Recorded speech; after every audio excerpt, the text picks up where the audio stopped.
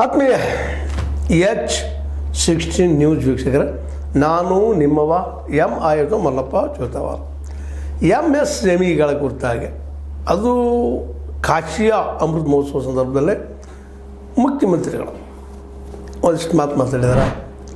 MSME ಉಳಿಸ್ಬೇಕಾಗ್ಯದ, ಅದು ಪ್ರತ್ಯೇಕವಾದ ಇಲಾಖೆಯನ್ನು ಮಾಡಬೇಕಾಗ್ಯದ.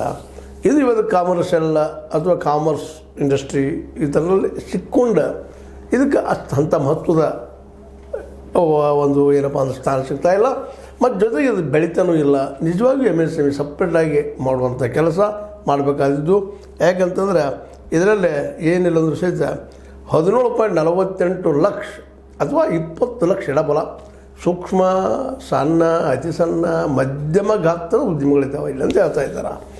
ಅದ್ರ ಜೊತೆಗೆ ಇಲ್ಲ ಏನಪ್ಪ ಅಂತಂದ್ರೆ ಇನ್ನೊಂದು ಮಾತು ಹೇಳೋದಪ್ಪ, ಮಧ್ಯಮ ಗಾತ್ರದ 2940 ಇದ್ದಾರೆ. 17.9 ಲಕ್ಷ ಅತಿ ಸಣ್ಣ ಉದ್ಯಮಗಳಿದಾವೆ. 35,906 ಸಣ್ಣ ಉದ್ಯಮಗಳಿದ್ದಾವೆ. ಈ ಉದ್ಯಮಿಗಳು ಇಲ್ಲಿಯ ಹೆಚ್ಚು ಕಡಿಮೆ 1.85 crore 1,85,00,000 ಉದ್ಯೋಗ ಸೃಷ್ಟಿ ಮಾಡ್ತವೆ ಅಂತ ಹೇಳ್ತಾ ಇದ್ದಾರೆ ನಮ್ಮ ಸಿದ್ದರಾಮಯ್ಯ. ಇವರ ಬಗ್ಗೆ ನಾವು ನಿಜವಾಗಿ ಕಾಳಜಿ ವಹಿಸ್ಬೇಕಾಗ್ಯದ ಅಂತೇಳಿ. ಯಾಕಂದ್ರೆ ನಿಜವಾಗಿ ಇವತ್ತು ಕೃಷಿ ನಂತರ ದೊಡ್ಡ ಉದ್ಯಮಗಳನ್ನು ಸೃಷ್ಟಿ ಮಾಡೋದು, ಉದ್ಯೋಗ ಸೃಷ್ಟಿ ಮಾಡೋದು ಯಾವುದಿದ್ರೆ ಅದು MSME. ಆದರೆ ಈಗ ಏನು ನಮ್ಮ ಮೋದಿಯವ್ರ ಸರ್ಕಾರ ಬಂತು, ಅದಕ್ಕೆ ಪೂರ್ವದಲ್ಲಿ ಭಾಳ ದೊಡ್ಡದಿರಲಿಲ್ಲ.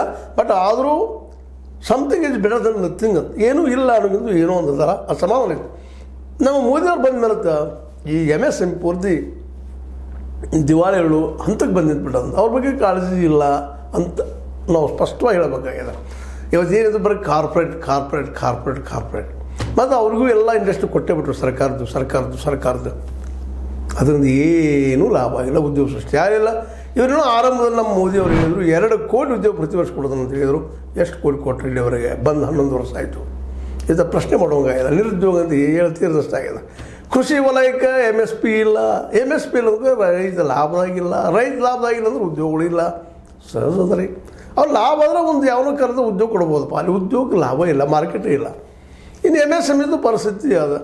ಅನೇಕ ನೀವು ಸಣ್ಣ ಕೈಗಾರಿಕೆಗಳು ಏನಾದರೂ ಹೋಗಿ ಬರಲ್ಲಿ, ಈವನ್ ಬೇಸಿಕ್ ನೀಡ್ಸ್, ಮೂತ್ರಾಲಯಗಳು ಸರಿಯಾಗಿರೋದಿಲ್ಲ, ಅಲ್ಲಿ ವಾತಾವರಣ ಸರಿಯಾಗಿರೋದಿಲ್ಲ. ಎಂಥದ್ದು ಕಡ್ಲಿ ಡಬ್ಬಿ ಒಳಗೆ ಇಂಡಸ್ಟ್ರಿಗಳು ಮಾಡ್ತಾಯಿರ್ತಾರೆ, ಮ್ಯಾಲೆ ತಗಡು ಬೆಳೆಸಿರ್ತಾರೆ, ಒಳಗೆ ಸರಿಯಾಗಿ ಗಾಳಿ ಬರ್ತಾ ಇರೋದಿಲ್ಲ, ಏನೂ ಇರೋದಿಲ್ಲ. ಆದ್ರೆ ರೆಕಾರ್ಡದಲ್ಲಿ ಮಾತ್ರ ಎಲ್ಲ ಇದ್ದಾವೆ ಅಂತ ತೋರಿಸ್ತಾ ಇರ್ತಾರೆ. ಅಂದಾಗ ಸಹಜವಾಗಿ ಮೂಲಭೂತವಾಗಿ ಏನು ಸಿಗಬೇಕಾಗ್ತದಿಲ್ಲ.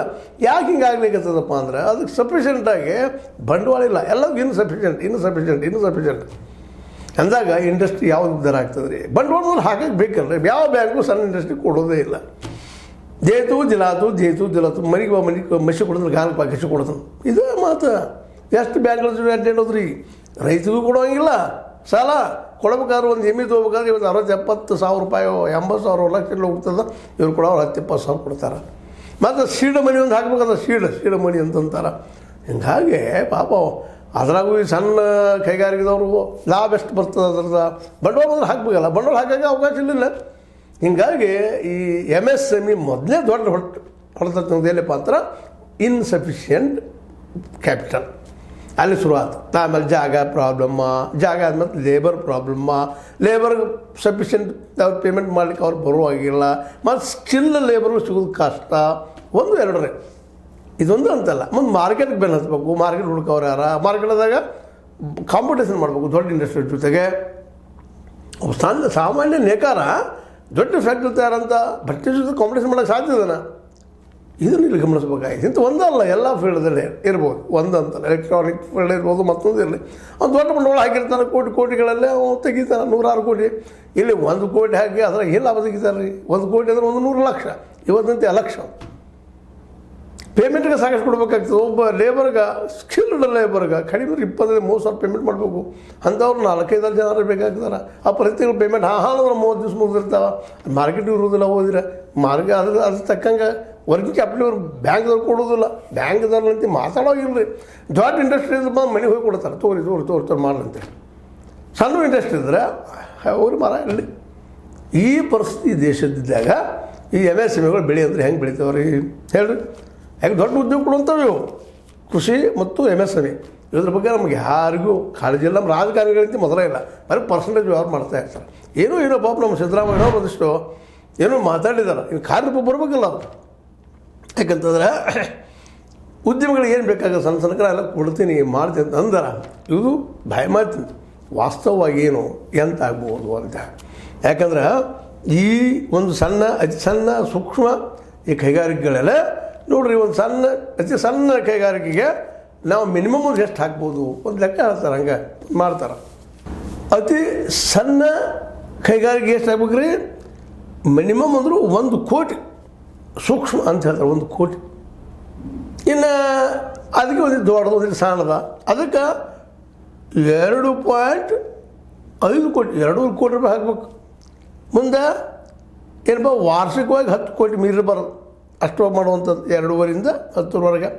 ಮುಂದೆ ಸಣ್ಣ ಉದ್ಯಮದೊಳಗೆ 25 ಕೋಟಿ, ಮುಂದೆ ವಾರ್ಷಿಕ ವಹಿವಾಟು 100 ಕೋಟಿ ತೋರಿಸ್ಬೇಕಂತ. ಮಧ್ಯಮ ಗಾತ್ರದ್ದು 125 ಕೋಟಿಯಿಂದ ವಾರ್ಷಿಕ ವಹಿವಾಟು 500 ಕೋಟಿ ಮೀರಿದ ಉದ್ಯಮ. ಹಿಂಗೆ ಡಿವೈಡ್ ಮಾಡ್ತಾರೆ ಇದನ್ನು. ಹಿಂಗೆ ಮಾಡಿದಾಗ ಈ 1 ಕೋಟಿ 2 ಕೋಟಿ 3 ಕೋಟಿ ಇವೆಲ್ಲ ಬ್ಯಾಂಕ್ಗಳು ಕೊಡೋಕ್ಕೆ ಸಾಧ್ಯದ. ಬ್ಯಾಂಕ್ಗಳು ಹೇಳ್ತಾರೆ ಕೊಡ್ತೀವಿ ನಾವು ಮಾಡ್ತೀವಿ ಅಂತ, ಆದರೆ ಅಡ್ಡಾಡಿಸೋದು ಎಷ್ಟು, ಅದಕ್ಕೆ ಮತ್ತೆ ರಾಜಕಾರಣಿಗಳ ಮುಂದೆ ದುಡಿಯೋದಕ್ಕೆ ಶೂಟಿ ಭೂಮಿ ತೋರಿಸ್ರಿ ಮತ್ತೇನೋ ಮಾಡಿರಿ. ಎಷ್ಟೋ ಪಾಪ ಇಂಡಸ್ಟ್ರಿ ಭೂಮಿ ಇರ್ತದೆ, ದುಡ್ಡು ಇರೋದಿಲ್ಲ, ಮುಂದೆ ಲೇಬರ್ಗಳು ಸಿಗೋದಿಲ್ಲ. 1-2 ಪ್ರಾಬ್ಲಮ್ಮು. ಒಂದು ಇಂಡಸ್ಟ್ರಿ ಮಾಡೋಕೆ ಹುಡುಗಾಟಿಲ್ಲ. ಆಗ ಸರ್ಕಾರ ಇದ್ದು ಇವ್ರ ಬೆಲೆ ನಿಲ್ಲಬೇಕಾಗ್ತದೆ. ಅವ್ರಿಗೆ ಜಾಗ ಕೊಡಿಸ್ಬೇಕು, ಜೊತೆಗೆ ವರ್ಕಿಂಗ್ ಕ್ಯಾಪಿಟಲ್ ಕೊಡಿಸ್ಬೇಕು. ಇವ್ರು ಇಲ್ಲೇ ಮಾಡೋರಲ್ಲ, ಇವರೇನು ಇಂಡಸ್ಟ್ರಿ ಓಡಿ ಹೋರ್ದಾರ.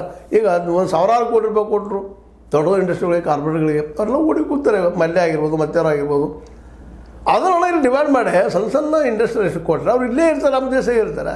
ನಾವು ಇಲ್ಲಿ ಭೂಮಿ ಕೊಡಿಸ್ಕೊಟ್ಟೆ ಇಲ್ಲಿ ವರ್ಕ್ ಮಾಡ್ಸೋಕೆ ಹಚ್ಚಿದ್ರೆ ಮತ್ತು ಪ್ರತಿ ತಿಂಗಳು ಒಂದಿಷ್ಟು ಅವರು ಎಸ್ಟಾಬ್ಲಿಷ್ ಆಗೋ ತನಕ 5ರಿಂದ 6 ತಿಂಗಳು ವರ್ಷ ತನಕ ಆ ಪೇಮೆಂಟ್ ವರ್ಕಿಂಗ್ ಕ್ಯಾಪಿಟಲ್ ಅವೆಲ್ಲ ಕರೆಕ್ಟಾಗಿ ಕೊಟ್ಟರೆ ಅವರು ಸುಳ್ಳು ಹೇಳೋಕ್ಕೆ ಹೋಗೋದಿಲ್ಲ ಇಂಡಸ್ಟ್ರಿಯಲಿಸ್ಟರು ಸಹಿತ.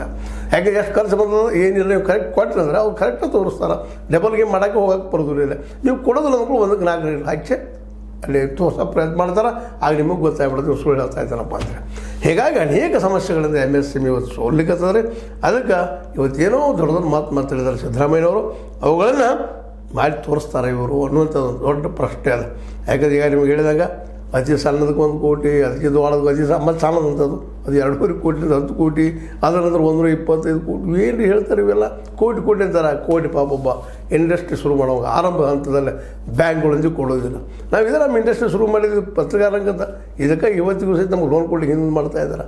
ಏನೋ ಖಾಸಗಿ ತಂದು ನಾವು ಹಾಕಿ ಮಾಡಿದ್ವಿ, ಬಟ್ ಇದು ಎಷ್ಟು ತೊಂದರೆ ಐತೆ ಅನ್ನೋದು ಆ ಇಂಡಸ್ಟ್ರಿ ಸ್ಟಾರ್ಟ್ ಮಾಡಿದೆ ನಮ್ಗೆ ಗೊತ್ತಿದ್ದು. ಇದು ಪತ್ರಿಕಾ ರಂಗ ಒಂದು ಇಂಡಸ್ಟ್ರಿಯಲ್ಲೇ ಇವತ್ತು ಒಂದು ಮಾರ್ಕೆಟಾಗಿ ಬೆಳೀತಾ ಇದೆ. ಅದಕ್ಕೆ ಆರಂಭ ಹಂತದಲ್ಲಿ ಎಷ್ಟು ತೊಂದರೆಗಳು ಬರ್ತಾವೆ ಅನ್ನೋದನ್ನು ತಿಳ್ಕೊಂಡು ಆ ದಿಶೆಯಲ್ಲೇ ನಾವು ಏನಪ್ಪ ಅಂತಂದ್ರೆ ನೀತಿಗಳನ್ನು ಮಾಡಬೇಕಾಗ್ತದೆ, ವ್ಯವಸ್ಥೆ ತಯಾರು ಮಾಡಬೇಕಾಗ್ತದೆ. ಆ ದಿಶೆಯಲ್ಲಿ ಏನಾದರೂ ನಮ್ಮ ಸಿದ್ದರಾಮಯ್ಯವ್ರು ಮಾಡಿದ್ರೆ ಆಗ್ಬೋದು. ಏನು ಹೇಳಿದಾರೆ, ನಾವು ವರ್ಷಕ್ಕೆ 4 ಲಕ್ಷ ಕೋಟಿ ಕೊಡ್ತೀವಿ, ಅವ್ರೇನು ಹೇಳಿ ಕೊಡೋದಿಲ್ಲ, ಮಾಡೋದಿಲ್ಲ, ಬರೀ 60,000 ಕೋಟಿ ಇಷ್ಟ ಕೊಡ್ತಾರೆ ಅಂತ ಅವ್ರ ಮುಂದೆ ರಾಗ ಹಾಡಿದ್ದಾರೆ. ಹಾಡ್ರಿ. ಅದೇ ಕಾರಣಕ್ಕೆ ಇವರು ಅದು ಕೇಳಬೇಕಾಗಿದೆ ಕೇಂದ್ರ ಸರ್ಕಾರ. ಇವರು ಕೇಳಿ, ಯಾಕಪ್ಪ ನಾವು ಟ್ಯಾಕ್ಸ್ ಕೊಡ್ತೀವಿ, ನಮ್ಮ ಟ್ಯಾಕ್ಸ್ ಹೋಗಿ ನಮಗೆ ಕೊಡ್ರಿ, ನಾವು ಡೆವಲಪ್ ಮಾಡಿ ತೋರಿಸ್ತೀವಿ, ಇಲ್ಲೇ ಉದ್ಯೋಗ ಮಾಡಿ ತೋರಿಸ್ತೀವಿ ಇವರು ಹೇಳಿ. ಯಾಕಂದ್ರೆ ಅದು ಅಷ್ಟೇ ಸತ್ಯದ. ಆದ್ರೆ ಅದಕ್ಕಿಂತ ಮುಖ್ಯವಾಗಿ ಒಂದು ಮನಸ್ಸು ಮಾಡಬೇಕಾಗ್ತದೆ ಸಿದ್ದರಾಮಯ್ಯನವರು. ಇದು ಸಾಧ್ಯದ.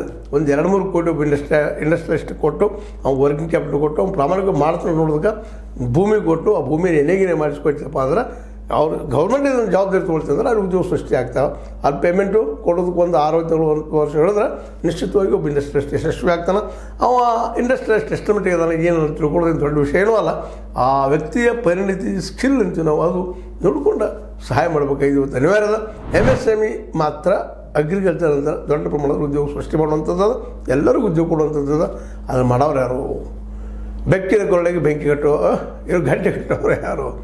ಬೆಕ್ಕಿನ ಕೊರಳಿಗೆ ಗಂಟೆ ಕಟ್ಟುವವರು ಯಾರು? ಮತ್ತೊಮ್ಮೆ ಹೇಳ್ಬೇಕಾಗಿದೆ. ಇದನ್ನು ಏನೋ ಒಂದು ತಪ್ಪು ಬಂದು ಬಿಡ್ತದ್ದು, ದಯವಿಟ್ಟು ಕ್ಷಮಿಸ್ರಿ.